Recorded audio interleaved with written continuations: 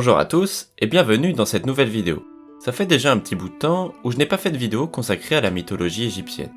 C'est pourquoi aujourd'hui nous allons nous intéresser aux différents mythes de la création du monde.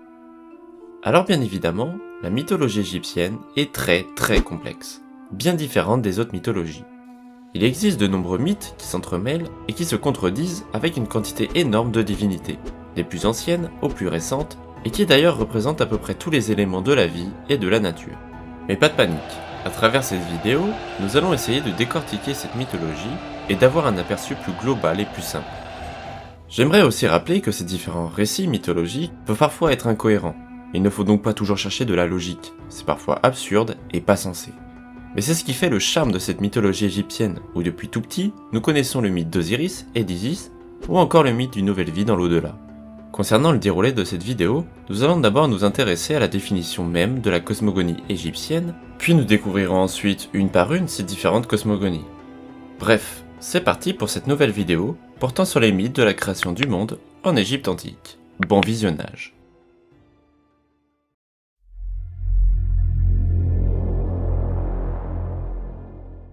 Une cosmogonie correspond aux différents récits mythologiques qui racontent la création de l'univers. Depuis très longtemps, les conceptions de l'origine du monde constituent un des sujets les plus approfondis dans la plupart des civilisations. Mythologie nordique, chinoise, gréco-romaine, mésopotamienne, aztèque, hindoue, tous ont donné un ou plusieurs récits mythologiques pour décrire ou expliquer la formation du monde. Dans l'Égypte antique, il n'existe pas un récit unique de la naissance du monde, mais bien plusieurs récits. Chaque nome, chaque région ou chaque ville possédait un dieu local et le considérait comme le créateur du monde. Au fur et à mesure du temps, plus de 5000 ans, et en fonction de la période, du lieu ou du souverain, ces différents mythes ont parfois changé pour prendre de l'ampleur ou à l'inverse pour presque disparaître. Pour les anciens Égyptiens, les grands principes de la vie furent créés par un et plusieurs dieux lors de cette création du monde. Bien évidemment, ces récits mythologiques vont mettre en place la religion égyptienne et avoir un impact direct sur le quotidien des Égyptiens de l'Antiquité. Effectivement, ce sont les dieux qui ont créé le monde et qui l'ont dirigé pendant un bon moment. Puis est venu le temps de se retirer pour laisser la place à leur création, les hommes. Parmi tous ces hommes, un prendra le rôle de représenter les dieux, le pharaon. Intermédiaire entre les dieux et les hommes, c'est lui qui va régner sur l'Égypte, mais également sur l'entièreté du monde terrestre. Il est chargé d'y garder l'harmonie et de maintenir l'équilibre qui est représenté par la déesse Mahat. Et c'est d'ailleurs pour cela qu'il doit rendre un culte aux dieux à travers des statues et des temples divins construits dans tout le pays. Tous ces récits nous sont racontés à travers les textes sacrés hiéroglyphiques dans les lieux religieux et funéraires à partir de l'Ancien Empire. C'est le cas des textes des pyramides inscrits dès la fin de la 5e dynastie. Ces différents textes correspondent à des rituels funéraires, ce sont des formules magiques destinées à garantir aux défunts une nouvelle vie dans l'au-delà. Ces textes sont généralement gravés sur les parois des pyramides et plus particulièrement dans les antichambres et les chambres funéraires des rois et reines. Un peu plus tard, au Moyen Empire, de nouveaux écrits, toujours en hiéroglyphes, font leur apparition mais cette fois-ci sur les parois et l'intérieur des cercueils. Ces nouveaux écrits sont appelés les textes des sarcophages et sont une sorte d'extension des rituels funéraires. Bon, nous avons vu auparavant qu'il existait différents récits de la création du monde en Égypte antique. Les principales cosmogonies que nous verrons dans cette vidéo correspondent aux plus importants centres de culte du pays, Héliopolis, Memphis et Hermopolis. Chaque récit apporte une conception de l'origine du monde différente, mais deux principes sont identiques et essentiels pour pratiquement ces trois cosmogonies. Le premier principe est le point de départ de toute chose. Pour les Égyptiens, leur univers n'était pas issu de nulle part. Il existait déjà avant la création un monde appelé le Noun. Ce Noun est une sorte d'océan primordial, une grande étendue d'eau infinie, sans direction, comportant les germes de la vie, c'est-à-dire de tout ce qui allait être créé par la suite. Il est bien évidemment associé au Nil, qui lui aussi est à l'origine de la survie des Égyptiens. D'ailleurs, nous verrons par la suite que le Noun a carrément pris une forme humaine, et est donc devenu une divinité créatrice à part entière.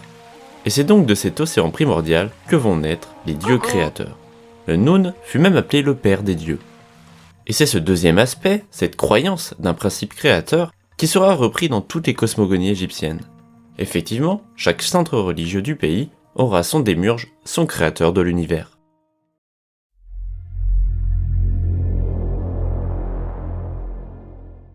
On commence avec la cosmogonie la plus répandue, ou en tout cas la plus ancienne. Car oui, les deux cosmogonies qui suivront celle-ci seront cités ou attestés qu'à partir du Nouvel Empire et de la Basse Époque.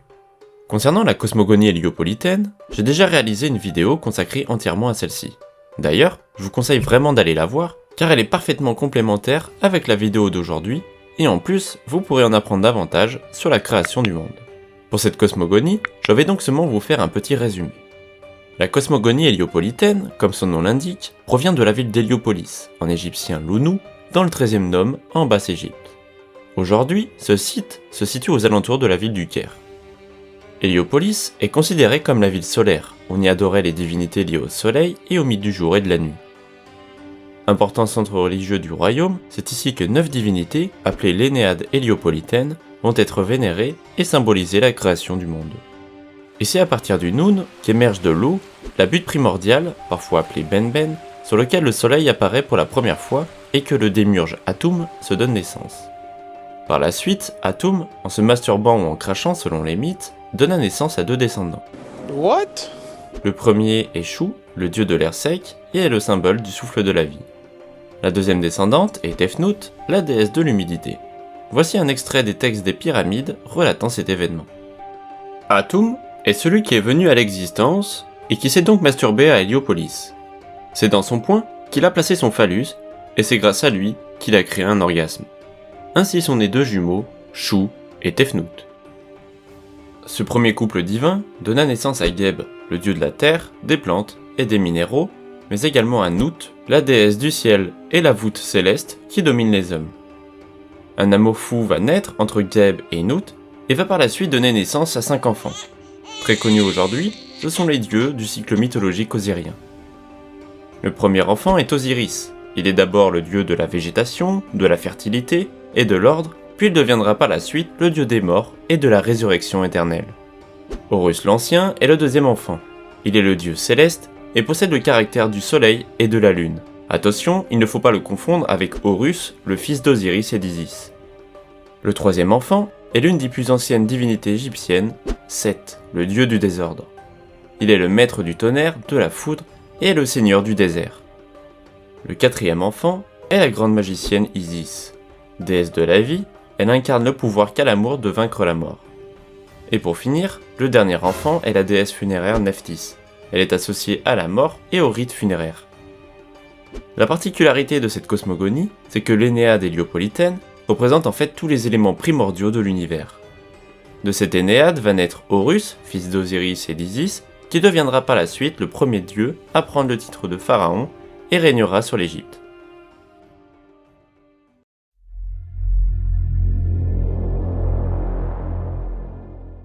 La cosmogonie memphite est issue de la mythique ville de Memphis et est probablement la plus simple, car tout est issu d'un dieu unique. Aujourd'hui, le site de Memphis se situe au sud de la ville du Caire. L'origine du nom grec, Memphis, provient de l'égyptien Mennefer, qui veut dire durable et belle. La ville était située dans le premier nome de Basse-Égypte. Elle fut la première capitale du pays lors de la période de l'Ancien Empire, après sa fondation vers 3100 avant Jésus-Christ par Narmer ou Ménès. Le dieu créateur de cette cosmogonie est Ptah, celui qui crée. Ptah est un puissant démiurge né à l'origine du monde. Issu du Noun, l'océan primordial, il prit lui-même conscience de son existence. Il va ensuite inventer le verbe, c'est-à-dire la parole, la langue, pour l'utiliser et donner naissance aux premiers dieux et aux premiers hommes. Selon un mythe, c'est même lui qui va créer Atum et qui ensuite va engendrer l'Énéade héliopolitaine comme on a vu auparavant. Il va donc façonner tout être et toute chose, rien qu'en y pensant et en y nommant. C'est le cas des villes, des arbres, des animaux, en fait, tout ce qui existait sur Terre. Cette version mythologique est donc plus intellectuelle que les autres, puisque le démiurge Ptah va utiliser son esprit, son cœur, qui est le siège de l'intellect pour les Égyptiens, et le verbe, sa parole créatrice. D'ailleurs, cette version nous est connue aujourd'hui grâce à une seule source, qui est la stèle en pierre de granit noir du roi Shabaka, conservée au British Museum. Shabaka, roi de la 25e dynastie, fait inscrire dans la pierre un très ancien texte racontant le récit de la cosmogonie memphite. Mais ce texte ne serait en fait qu'une copie d'un autre texte, donc de l'original, probablement beaucoup plus ancien. Voici un extrait de la stèle de Shabaka racontant ce passage. Sa Majesté a écrit ce texte à nouveau depuis le temple de son père, Ptah au sud de son mur. Sa Majesté a en effet trouvé l'œuvre de ses ancêtres rongée par les vers, et comme on ne pouvait plus le comprendre du début à la fin, l'a recopié de nouveau et en mieux, pour que son nom persiste à jamais et que les monuments du temple de son père Ta au sud du mur perdurent à jamais. Fait par le fils de Ré pour son père Tatateten, qu'il agisse en lui donnant la vie à jamais. Un peu plus tard, Ta deviendra le dieu des artisans et des architectes. Il sera donc le patron de la construction et de la sculpture. Il formera même la triade de Memphis, avec son épouse Sekhmet, la déesse lionne, et son fils Nefertum, le dieu de la résurrection et de l'immortalité. Mais ça, c'est une autre histoire.